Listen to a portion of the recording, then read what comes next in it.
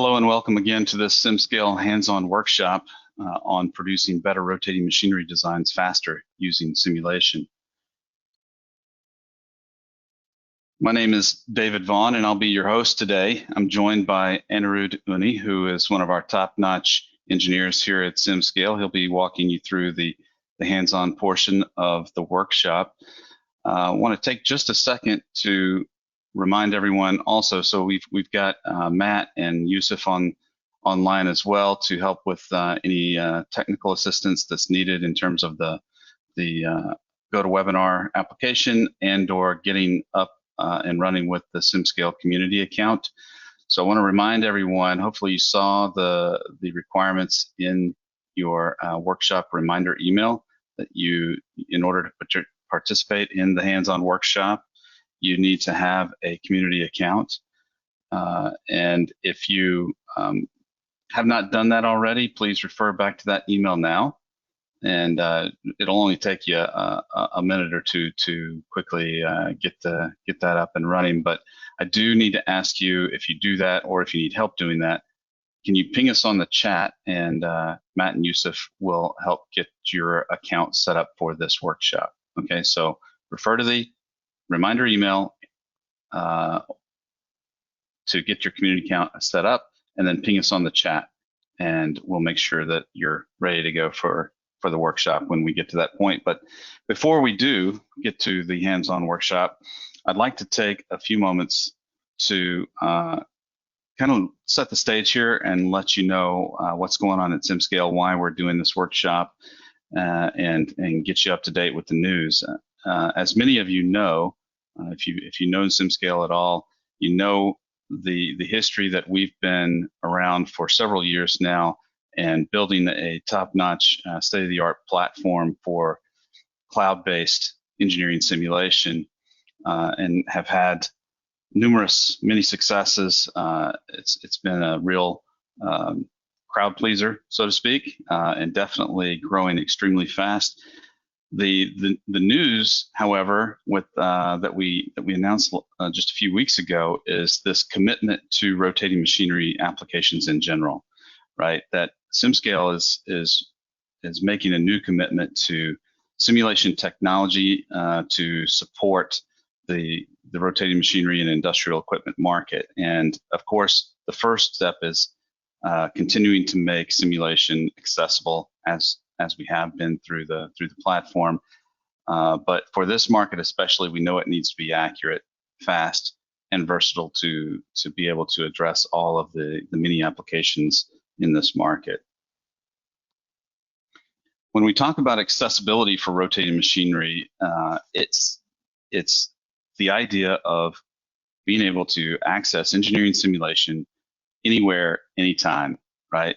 From a cloud-native, browser-based web application, web interface, and through that interface, providing the access to an end-to-end simulation process and workflow, including the geometry and meshing aspects, both solid mechanics, heat transfer, and fluid dynamics technology and solvers, the post-processing, and of course, the HPC orchestration. So orchestrating all the HPC requirements automatically in the cloud, so users and customers are not responsible for having their own HPC clusters in order to gain access to high fidelity simulation. Through the web interface, it's very easy to use. You have access to live support, live chat support within the interface itself. Makes it really easy to get access. No 1-800 numbers to deal with. You get direct access from within the application. And our licensing is usage-based, and it's very simple to log in and get started through the web. And I already talked about the minimization of IT and licensing costs. It's not just about the HPC orchestration, but also the software licensing for parallel computing and simultaneous computing simulations in the cloud. In addition to the web interface, you can also integrate through third-party partners such as doing optimization design studies, blade designs, and that kind of thing. We have several partner integrations. as well as custom integrations that usually manifest in the way of organizational digitalization. So custom integrations with your own internal tools and processes. All of this makes SimScale by far the most accessible engineering simulation in the market. As I said, we're highly focused on accuracy for rotating machinery, right? And the first indication in that commitment to accuracy is the fact that we have now launched new commercially proprietary simulation technology. As many of you know, in the beginning, SimScale was using open source methods, but now we have made a bigger commitment to providing state-of-the-art simulation technology through commercially proprietary solvers and meshing methods. So that's what we've done here, especially for rotating machinery, and we're very excited to start providing access to that now. Today's workshop, and that's what you're going to be using to get highly accurate and very fast solutions for rotating machinery. So the meshing and solving and solver methods are extremely fast and robust with automated body-fitted meshing and automated performance curve calculations that we're going to talk about in a minute. So very excited for you to actually get your hands on this today and see for yourself what we are boasting about. So I've already talked about the simulations being very fast and accurate. So if a single operating point, the advantage of the cloud is that the single operating point now takes 15 minutes, or quite honestly, it's usually less for most pump compressor type cases. Then in the cloud, we can take that and now generate an entire pump curve or performance curve in 15 minutes, right? Using the power of the cloud. So I'm very excited about this capability in this market. It is definitely going to be a unique difference maker compared to traditional simulation and desktop simulation. Finally, the final staple of this commitment to the industry is to solve a large breadth of applications in this market. So everything, not just the physics of fluids, thermal and stress or structural, but also, the many different types of applications, from fans to turbochargers, housing stresses, cooling mechanisms, and for electronics, propellers and aerospace applications. There's just, so many different applications that involve rotating machinery, and we are committed to making fast and accurate simulation accessible to everyone working on these types of applications. So that hopefully gives you a little bit of information about where we're coming from and why we're doing this now, what we're up to, and what the push is here. And so without further ado, I want to jump into the hands-on workshop and let Anirudh take over and get you all started.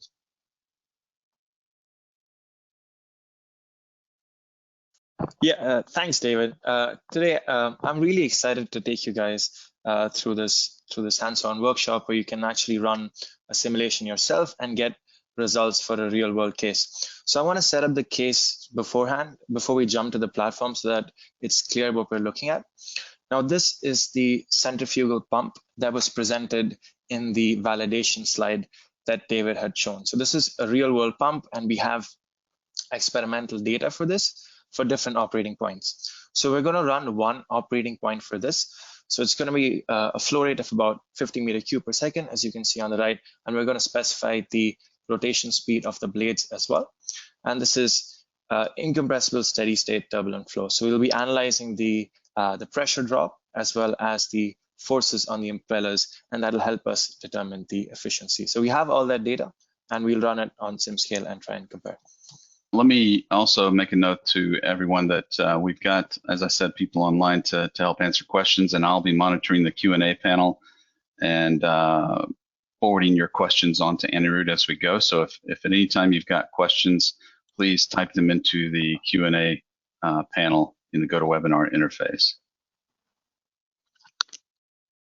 Right. So for you to be able to follow along in this workshop, everybody needs to be logged into their SimScale account. So that's the first thing, right? If you have your SimScale account, you would be able to see it on the top right when you go to simscale.com. And you will be able to see any of the simulations there. So make sure that you're logged in. If you're not, please reach out on the chat. So step 2 is that you should be able to access the simulation that was sent in the email. So the simulation link that you have, if you open it up, you will see it's a hands-on workshop centrifugal pump case. So if we can make sure that we have these 2 things, then we should be good to go with running these simulation. Right. So I can see that people are opening up the simulation here. So when you see, when others look at my simulation, I can kind of see that everybody's opening up the right link. So it's great that you are able to see this. Now, step 1 for this simulation is to just make a copy of this. So this is my particular simulation. You won't be able to edit it, but you can make a copy of this project just by clicking on the copy button here. So then you can just rename it to whatever you want. I like to use my initials, so I'm going to say this is my particular copy. So once you hit copy project, you will get a new one in your SimScale account that has been set up.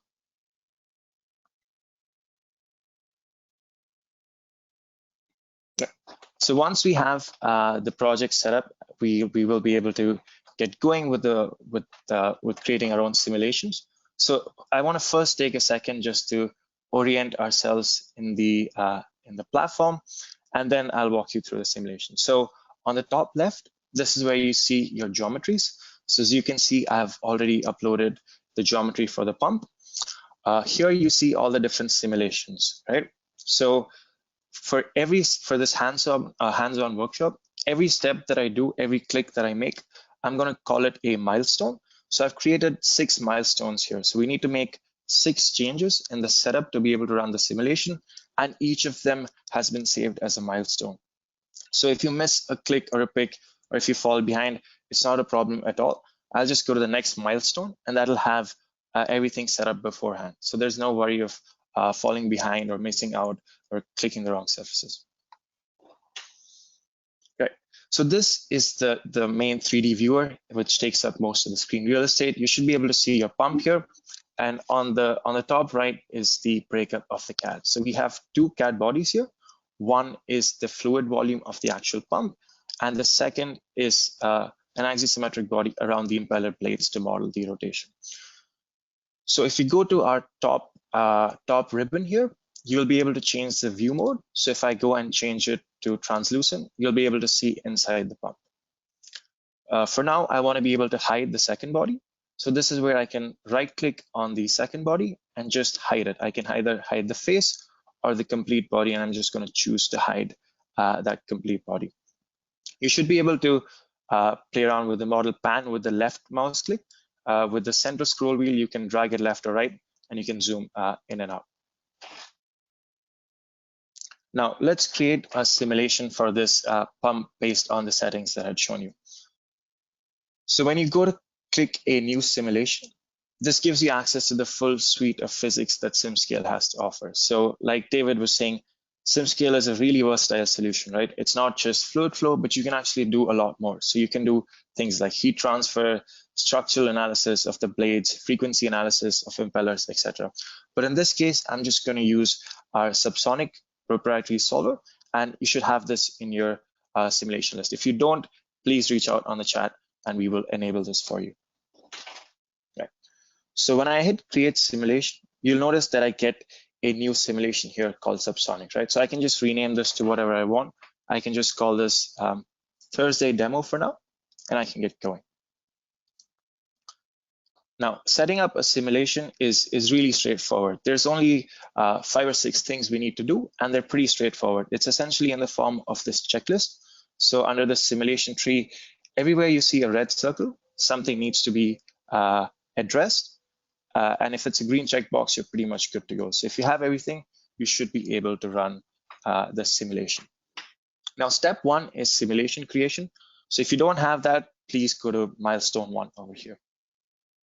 Now, step 2 is assigning the material. So we need to tell the solver what the fluid is inside. So we can just click on the plus button next to materials, and this gives us access to the default material library. So you can choose from all the materials here. And in my case, I'm just going to select water.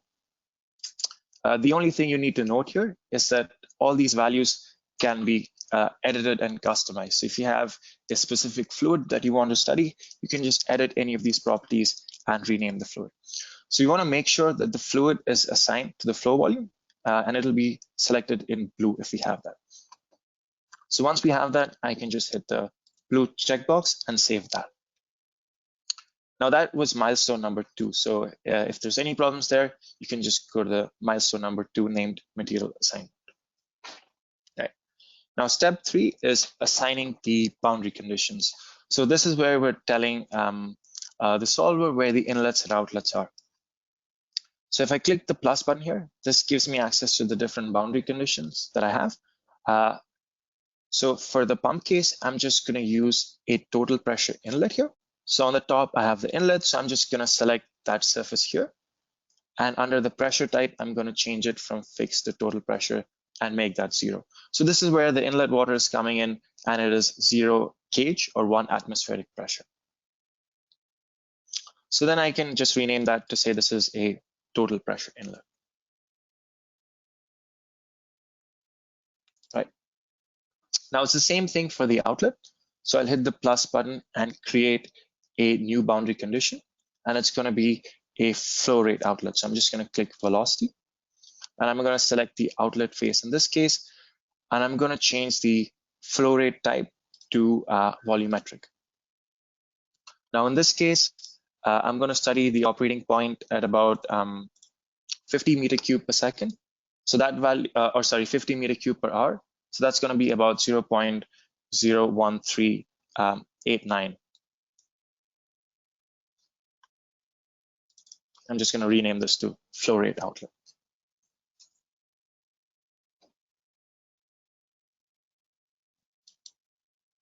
Right. So if I have the boundary conditions selected correctly, I should see a green checkbox next to them, and I would be able to see the correct surface to which it is assigned.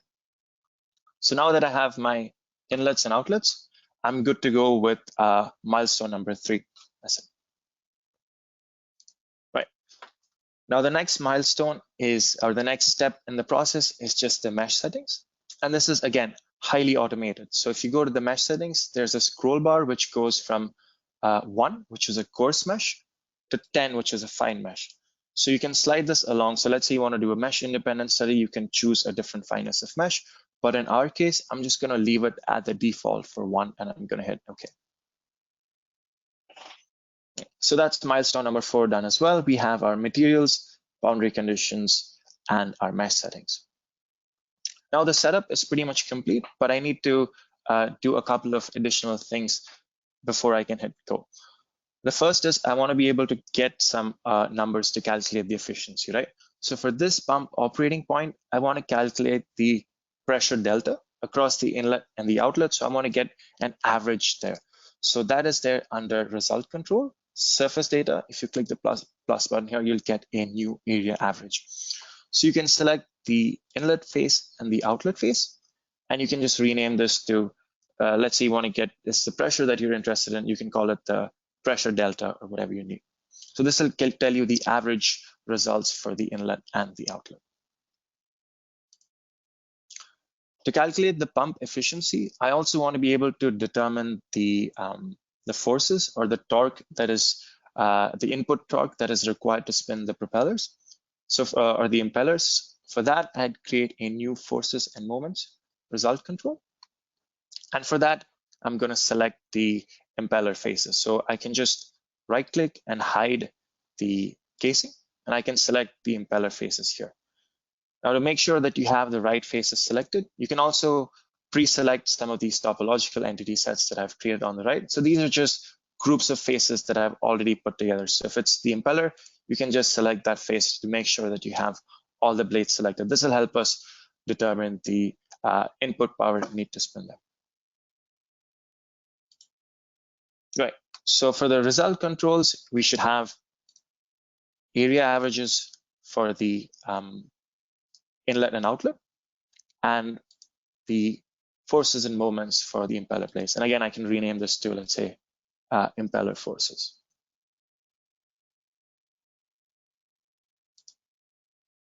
Right. Now I'm going to right click and show all here so that all the surfaces that are hidden are visible again. So this is the end of milestone number 5, and we're going to move on to the last step, which is just setting up the rotation. So if you remember from the setup slide, the impellers spin at 2900 RPM, and I can set that up under advanced concepts, rotating zones. So I'll create a new rotating zone here, and I'm going to select the second body here, which is there to model the rotation around the blade. So make sure you have the second body selected, and then you can input the rotational velocity. So it's about, for 2900 RPM, it's about 303.7 radians per second. Now we also have the arrow here that indicates the axis of rotation. So that is set correctly along the z-axis. You can double check that by using the view cube on the bottom right and make sure that the arrow is pointing up towards the z-axis. The direction of rotation here is determined by the right-hand thumb rule. So if you point your thumb towards the arrow and curl your fingers, the direction of your fingers should indicate the direction of rotation. So in my case, I can change and look at the top view and make sure that the blades are spinning in the correct direction.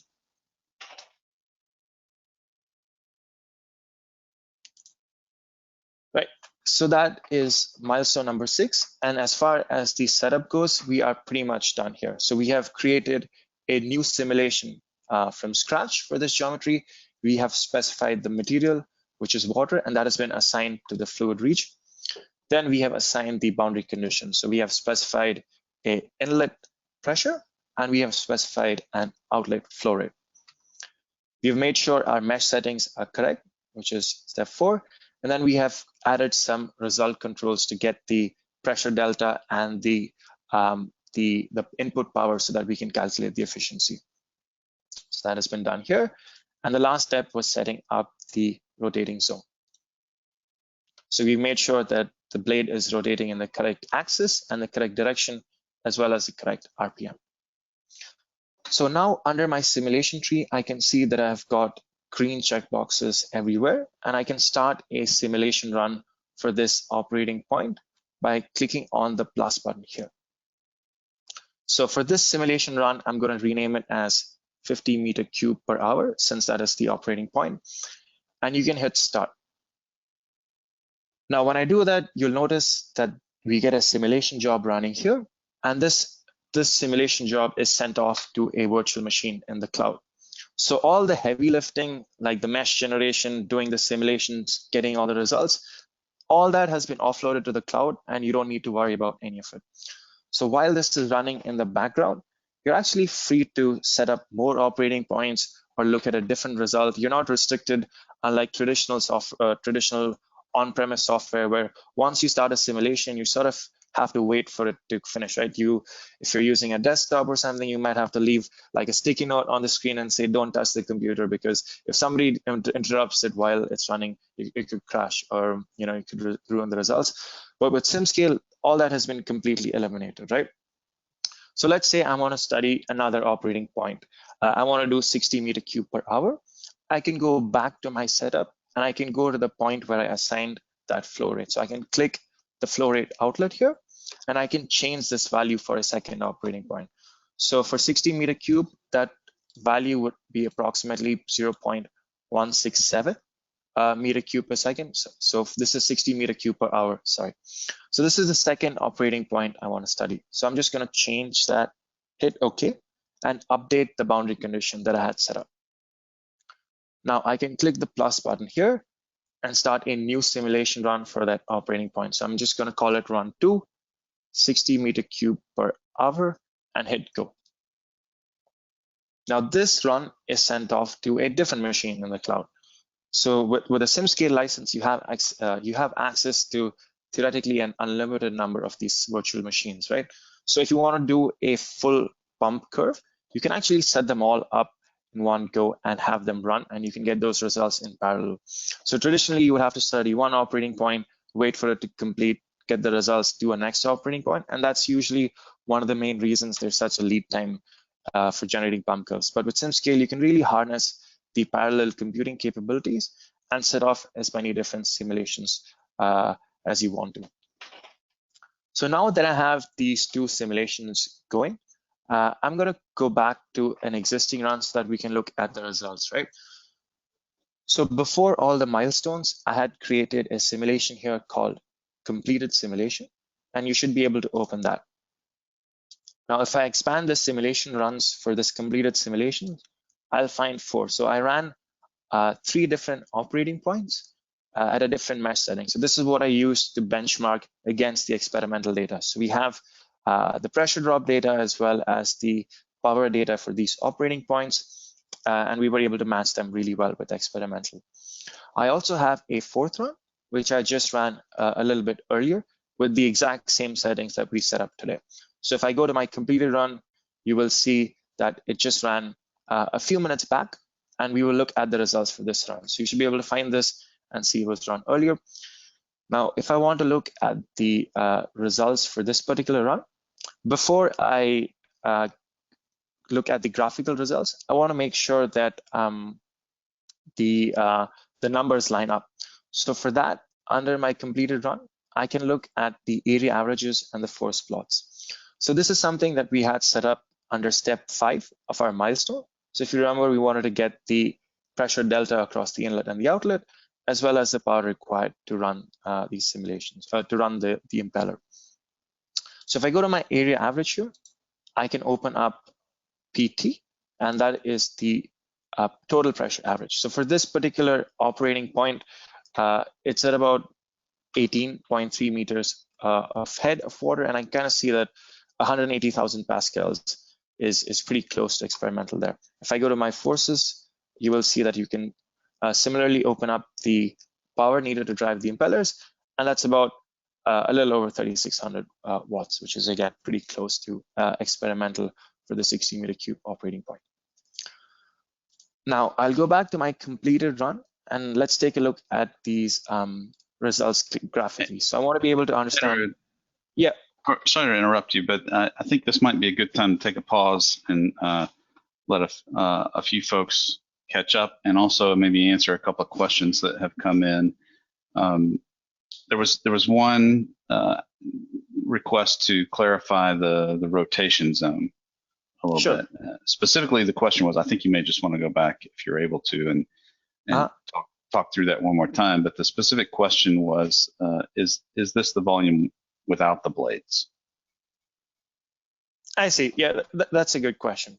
So let me go back to our simulation that I set up, and let's go back to the rotating zone. So I think it'll become a little clearer when we look at the CAD requirements. So let me go back to my rendering mode and make it solid so that I can see what's going on. So I'm going to hide the rotating zone here. So the first CAD body we have is the fluid volume inside the pump. So you'll notice this doesn't have the casings or anything. All that has been Boolean subtracted out, and we're just left with this CAD that represents the water inside.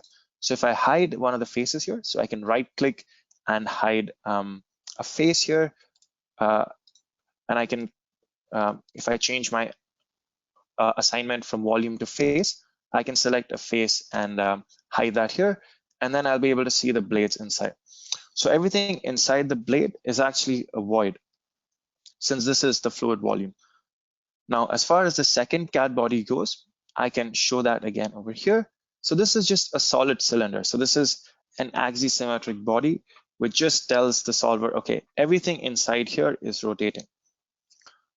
So if and this is sized in such a way that it lies just outside the impeller plates. So let me right click and show all so that you can see all the parts, and go back to my render mode and make that translucent. So if you align the view using the view cube here, you will see that the rotating zone, or the second body here, goes just around the outline of the blades. So the idea is you want to be able to capture the blades inside the second body, and that is what is assigned the rotation to. So that's just a solid body, and the fluid body has the voids for the blades in it. So when we create a rotating zone, we just make sure that everything inside here has the right axis and the RPM. Great. So I hope that answers the question, David. Is there anything else?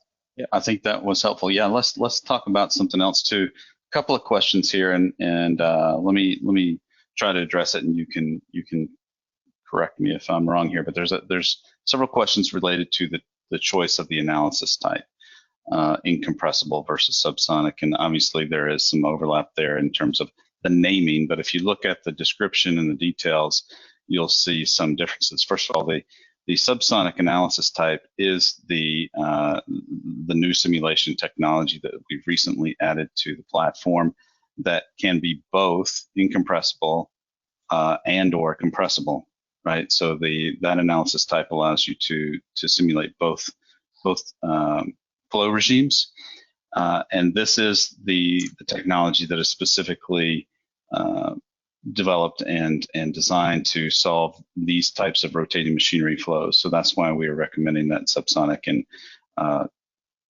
yeah, that's the answer to that. Anything that you want to add to that, Anirudh? No, I think that's it. Okay. All right.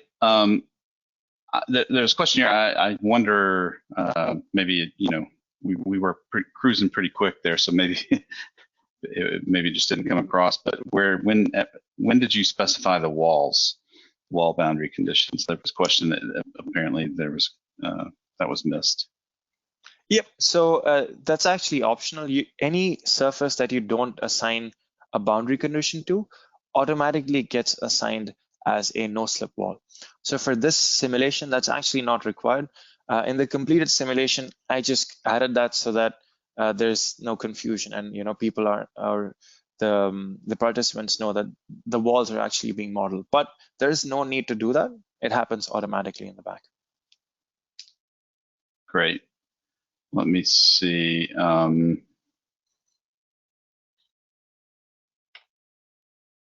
We can probably come back to some of these others. Why don't you, wait, there's one more thing here. If there's time, please explain a bit further about what actions are required for the selection or definition of the impeller faces. Yep. So for the impeller faces, you want to select all the blades or the faces which are spun by the motor. So in real life, this pump would have a motor attached to it that is spinning the impeller blades and whatever faces that are along with it. So you need to assign those to the forces and moment report to make sure we want to capture the torque that is required to spin them and therefore the power. So that's where this comes in. And in our case, the way the CAD model is set up, those faces can be selected just by hiding the casing. And then you can select those faces inside. So if you make sure you're in face selection mode, you can hide the second body, hide the faces, and select the impeller blades. In case you miss it, that's why I've grouped those faces together already and created something known as a topological entity set where all the impeller faces are already there. Great. While you're on that topic, actually, this is somewhat related. Is the CAD model prepared as an assembly model? Not necessarily. So you can import a part file with 2 parts, or you can import an assembly as well. When it comes to CAD compatibility, SimScale pretty much works with most softwares out there. So you can import native part files or assemblies from pretty much any CAD tool, and it should be just fine. Okay, let's go ahead and go back to your post-processing now, and we can come back to some of the other questions. Okay, sounds good. Thanks, David. So I'm just gonna right-click clear selection just to remove everything that I'd selected, and then I'm also gonna do right-click and show all so that we reset our view to what we were seeing. Now let's go back to the completed simulation here and the completed run and take a look at some results. So if you click on the completed run, you would have the option to hit the post-process button, and that opens up the online post-process. So this is where you can graphically look at some interesting results and analyze how your design is performing. Now, the way we interact with the results is through a bunch of filters that are on the top left. So here you will see this is the part, and I can change the color of that part here. If I can make it lighter or darker, and I can change the transparency as well by using this slider bar. Now below the part color are these filters. So if I click on add filter, you will see that there's a few types of them, and this is what we use to slice and dice the model, go inside and take a look at these results. So for the completed run, I already have a few of these set up in advance, which I can toggle on and off. So you should be able to see these filters here for the completed run. When I analyze the design, the first thing I like to do is toggle on these particle traces. So as the name sort of suggests, you're following along particles as they go from the inlet to the outlet. So I can zoom in and pan to see, okay, I can follow these streamlines. I can see that they're going into the model. I can see where they hit the blades, and it sort of shoots out because of the centrifugal force. And I can kind of see how the flow goes around the volute and comes out. So this gives me a good sanity check. I also get a good understanding of some of the larger flow features in my domain. And it lets me understand quite a bit of what's going on. So I can see that the flow around the blades looks pretty nice, but there are a couple of things that I can pick up in the flow around the outlet. Now, ideally for a pump, in order to minimize the losses and maximize the efficiency, you want the flow at the outlet to be as smooth and parallel as possible. So let me click on the outlet, grab it, and move it around a bit so that I can highlight what's going on here. So if I kind of move around my model and push it up, I can see that there is a bit of swirl here, right? So there is a rotation that is being imparted to the fluid here. And since it's not clean and parallel, any extra energy we're adding here is a waste. So there is definitely a little bit of room for improvement here, where I can see, okay, I can definitely optimize the outlet section here to get clean flow. Now I want to study this in a little bit more detail. And for that, I want to be able to look at what's going on inside the model on a plane. For that, I'm going to turn off the toggle for the particle trace, and I'm going to turn on a new toggle for cutting plane 1. So with this, you're looking at the results on a plane, and in my case, I'm looking at velocity. So blue indicates areas of low velocity, and red indicates areas of high velocity, and the arrows give me an idea of the direction and the magnitude. So this sort of amplifies the issue that we were seeing with the particle trace, right? So if I kind of zoom in towards my outlet section, I can see, thanks to these arrows, that there is a significant component to the velocity that is not straight and level. And there's a lot of blue here, which I don't want to see. So when I look at this section here, I can kind of see that the blue or the instability sort of originating here around this bend. So for my next design, what I would probably do is I'm going to increase the radius of this bend here, so that the flow doesn't have to traverse this. And I think it'll make an impact on my design. It'll make sure that the flow is a little bit smoother coming out here. Now it's really easy for me to manipulate this plane and look at different things. So let's say I want to position this plane somewhere else. I'm just going to expand this plane here by clicking on the drop down. And on my position toggle, I have a slider here. So I can move the slider up or down to position my plane in different ways. So let's say I want to get it closer to the blade surfaces, and I want to study the flow separation there. I'm just going to slowly slide this down and position it right around my blades. The other thing I'm going to do to make sure that the arrows are a bit more manageable is to clamp them down. So under clamping, I have the second bar here, and I can click that and drag it here to reduce the size of the arrows and make sure that they're clamped tightly. Then I can click on my view cube at the bottom right, and I want to make sure that I click the top surface. And when I do that, you'll see that the view aligns nicely to the top surface, and I can zoom in, and thanks to these arrows, I can see the flow around my blades. So here I can analyze that there is no significant flow separation or anything I should be worried about. It's more at the outlet section where I see these blue velocities. For this particular design, I think that's where I would want to focus on. Now, it's not just velocity. Yeah, you can look at a lot of different results, right? So let's say you wanted to look at pressure. You can just click on your legend at the bottom where it says velocity magnitude, and this opens up the different results that you can see. So for a pump case, I would like to see the total pressure. Let's say I want to get an idea of the pressure at the outlets. I'm just going to click on total pressure, and that's going to change the result. And now you see total pressure instead. The other thing I can do to get a more detailed idea of the pressure distribution is I can start to probe different points. So under my cut plane here, I have the option to clip model. So under opacity here, you have the clip model option. And when you toggle that, it splits the model in half and you can kind of see what's going on below. So let's say I want to get an idea of the pressure at my outlet. I can just click on the eyedropper tool or the inspect point tool on the top right, and just click a point and it'll tell me the pressure there.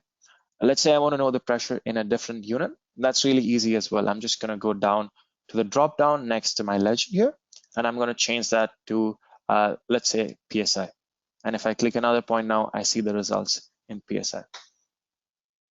So now that we've got a good understanding of the flow characteristics and what the pressure distribution looks like, we can make our next design change, right? So let's exit the post processor and let's first look at our completed simulation, because I want to highlight the accuracy and the speed for that. So on my simulation tab, I'm just gonna collapse this completed simulation and go to the one that I ran just now. So if I expand Thursday demo simulation and I go to my simulation runs, I can see that the 2 simulations that I set off for those operating points are already complete. So if I click on run 1, you will see that it was set off a few minutes back and it took only about 3 minutes to run. Now this 3 minutes includes the meshing and the solving together. So I want to highlight this because we're going from setup to completed results in a matter of just minutes. So these are completed results. So for this particular run, you can go to the area averages here, open up the pressure delta that we had set up. So see, we want to get the pressure head across the pump.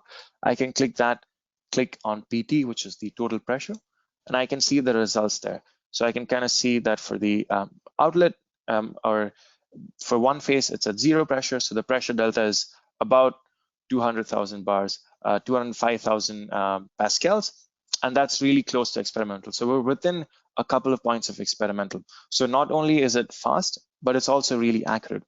And the same goes for the input power as well. So if I collapse this and look at my force plot instead, I can expand that and now click on the impeller forces. So for the impeller forces in the light blue, this is where we'll see the input power, and it's about 3,500 watts for this case. And again, we're within a couple of percentage points from the experimental data. Right. So to sort of summarize and wrap things up, we've set up a simulation for a pump geometry from scratch.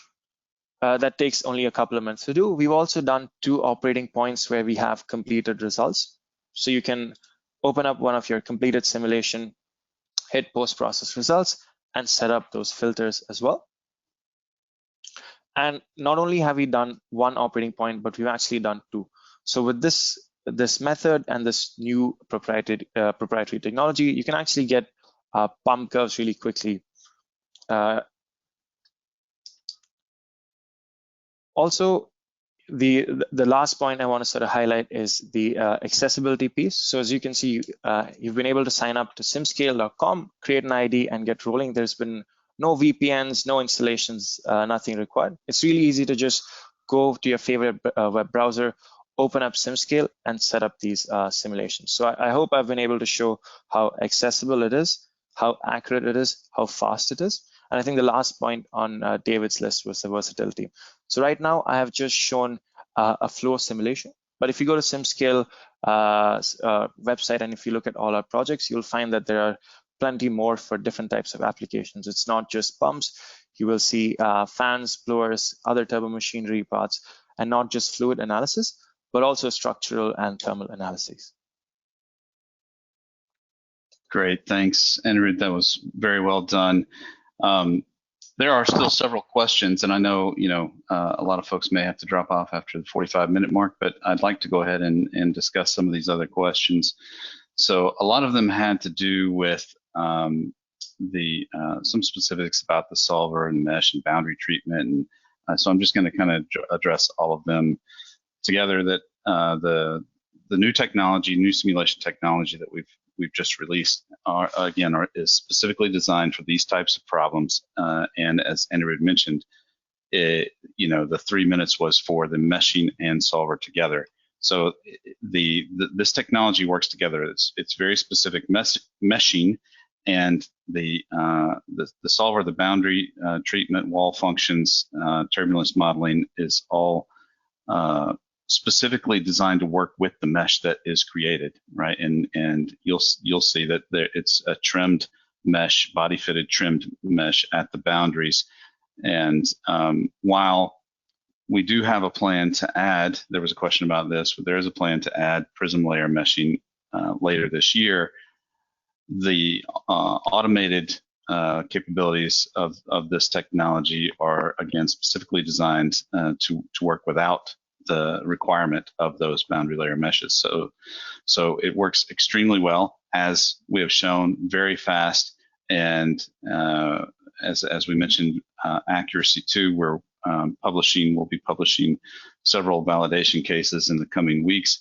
But in the meantime, I really want to impress upon you. I mean, it takes 3 minutes to run. Try it yourself, right? Try it yourself with your own case. And judge for yourself how accurate it is, how fast it is. I want to add one more thing to this. A lot of this was based around the automated workflow, which is definitely what we want to highlight and the difference maker here. But you always have the ability to go and make manual changes to mesh settings and et cetera, right? You don't have to follow the automated workflow, but we recommend it. And again, that's what we've set it up for, is to make it extremely easy to use and get to, go from CAD to simulation answer extremely rapidly, and now provide very accurate results for these rotating machinery applications. So I think that covered primarily the questions that we needed to cover. We'll look back through the questions after the workshop, and if there's any that we missed, we'll try to provide those. However, if you sign up for an evaluation or a trial a professional trial of the platform, you'll have full access to the support team and can ask all of the questions you want, of course, through the interactive chat inside the application. So definitely encourage you to try it out yourself. Find out for yourself just how fast and accurate it is. So I guess, Anirudh, you were just demonstrating the chat function inside the software, pointing out where that is. Yep, absolutely. So for professional SimScale accounts, you have access to the chat, and this is staffed full-time by simulation experts. So it's important to highlight here that this is not a chat bot or automated replies. These are actually people who are simulation experts in this domain. So if you have any questions, let's say you wanted to questions about the manual mesh settings or something like that, it's really easy to ask for help because we're cloud-based, the support staff have really easy access to your project as well. So if you have a pro license, by default, all your projects are going to be private.